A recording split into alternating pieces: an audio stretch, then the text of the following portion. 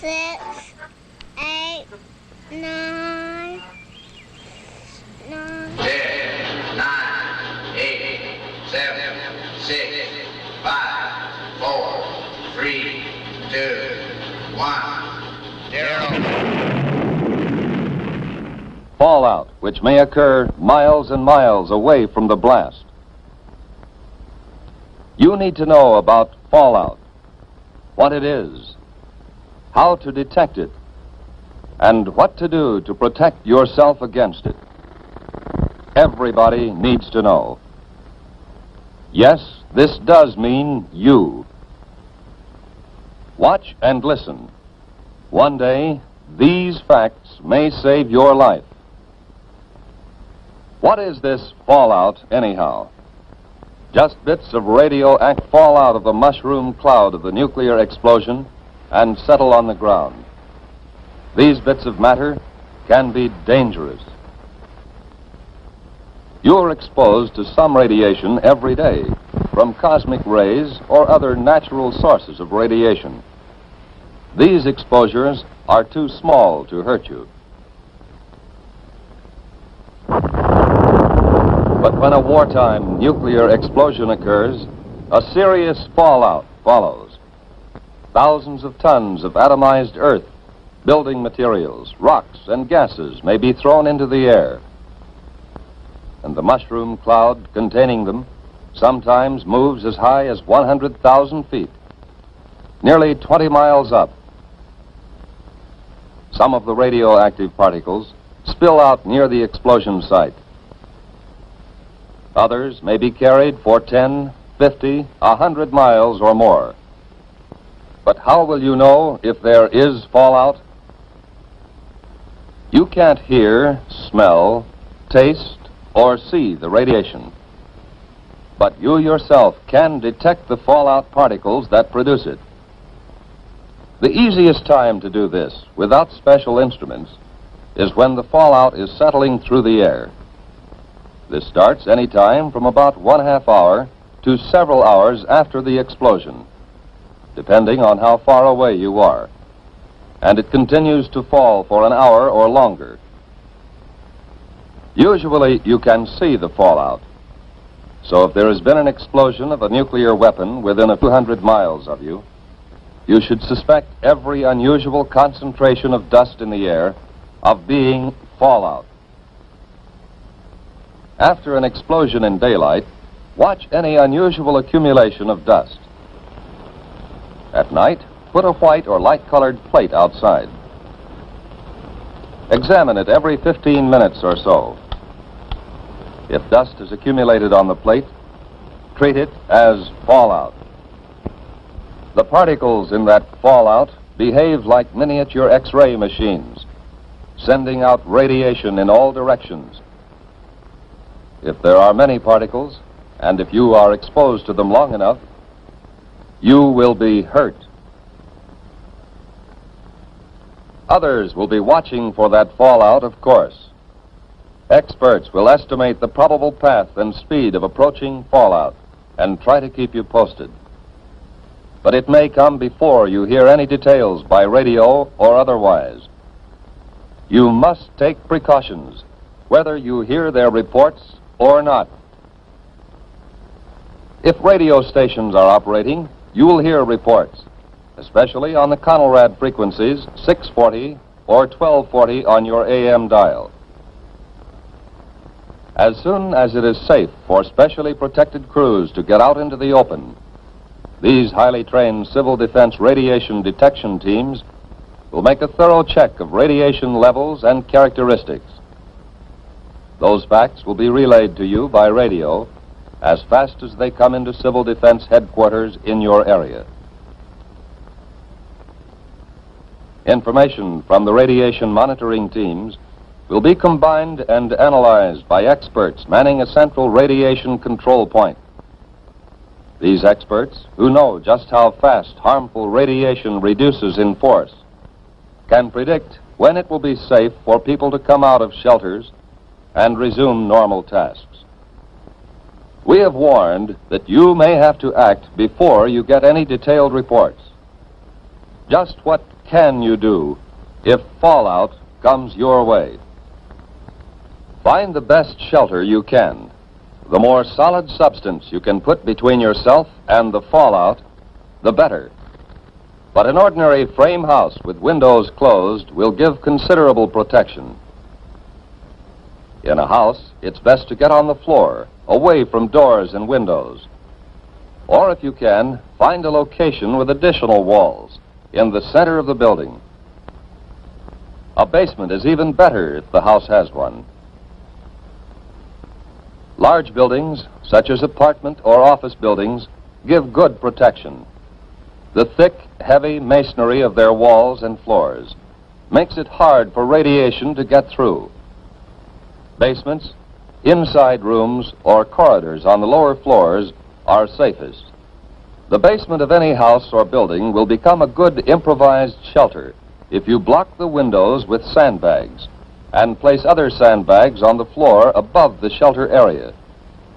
If you don't have sandbags, thick, solid layers of books, magazines or newspapers, or even a series of file cabinets standing close to each other can cut the radiation danger.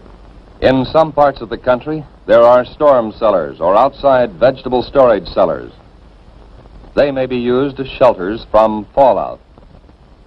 If you plan to use such a cellar or your basement or any other shelter, stock it with food and supplies. To equip and supply your shelter area, you need some of the same things you might take on a vacation camping trip. First, sleeping equipment to fit your shelter area. Folding cots or sleeping bags and blankets. Then, food and water. There should be at least a 2-week supply. You'll want plenty of fruit juices and lots of your family's favorite canned foods. The drinking water supply should be rotated often to be sure it's fresh. And don't forget such basic needs as sugar, salt, pepper, and other seasoning that your family ordinarily uses.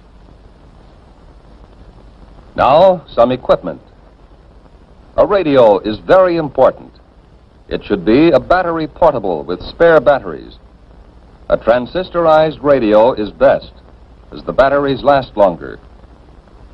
Next, you need light in the form of flashlights and a battery-operated lantern. Then, a good first aid kit. Now, plates, cups, silverware. A can opener and a bottle opener are important. Add to these things enough closed containers to take care of garbage and human waste. Especially if there will be children in the shelter, include some books and magazines, paper and pencils, maybe 1 or 2 small, simple games. The best protection of all is the special shelter built according to specifications of your local civil defense organization. This has an air filter to allow ventilation, but keep dust out.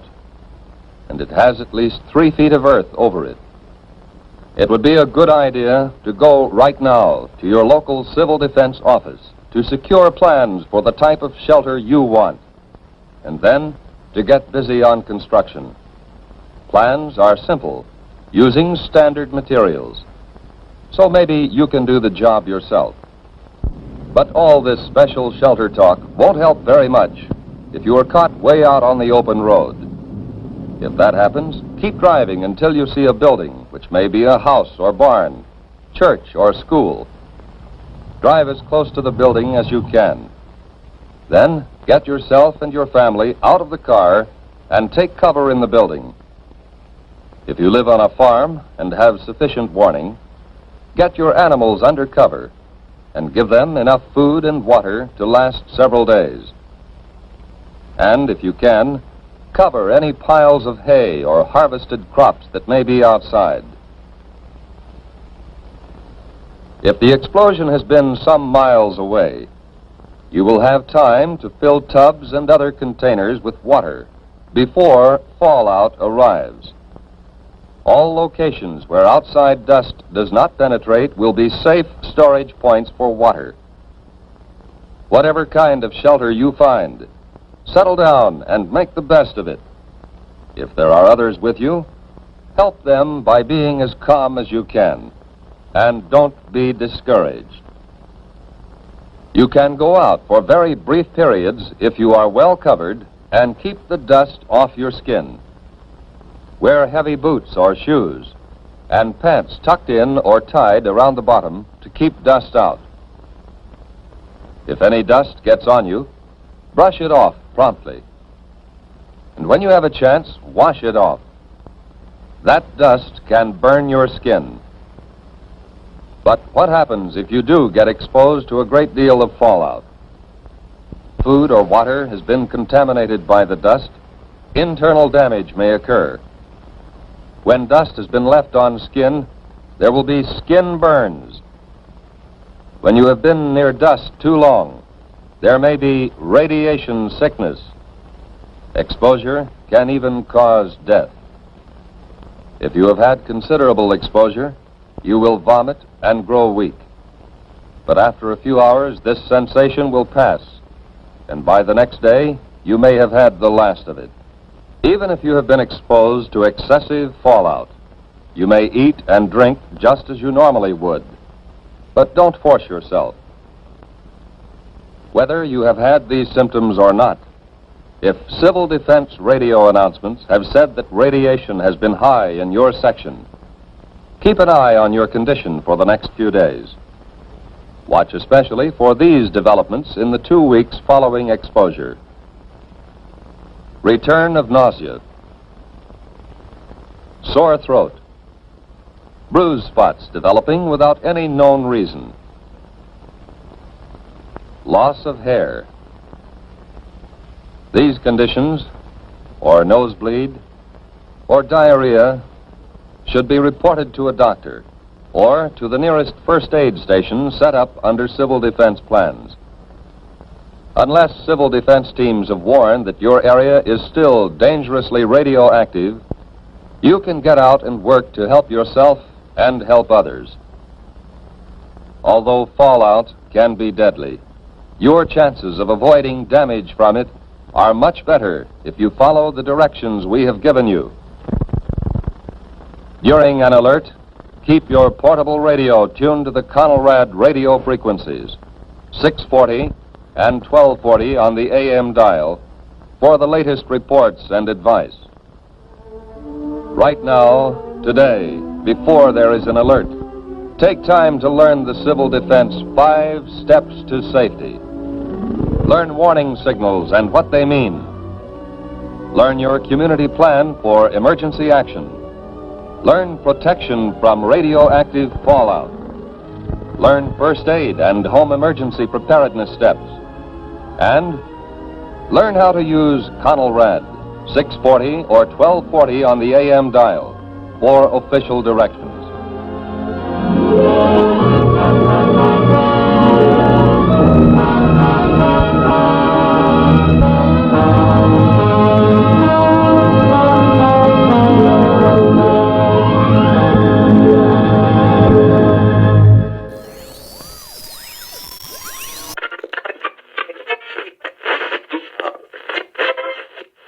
You could see it.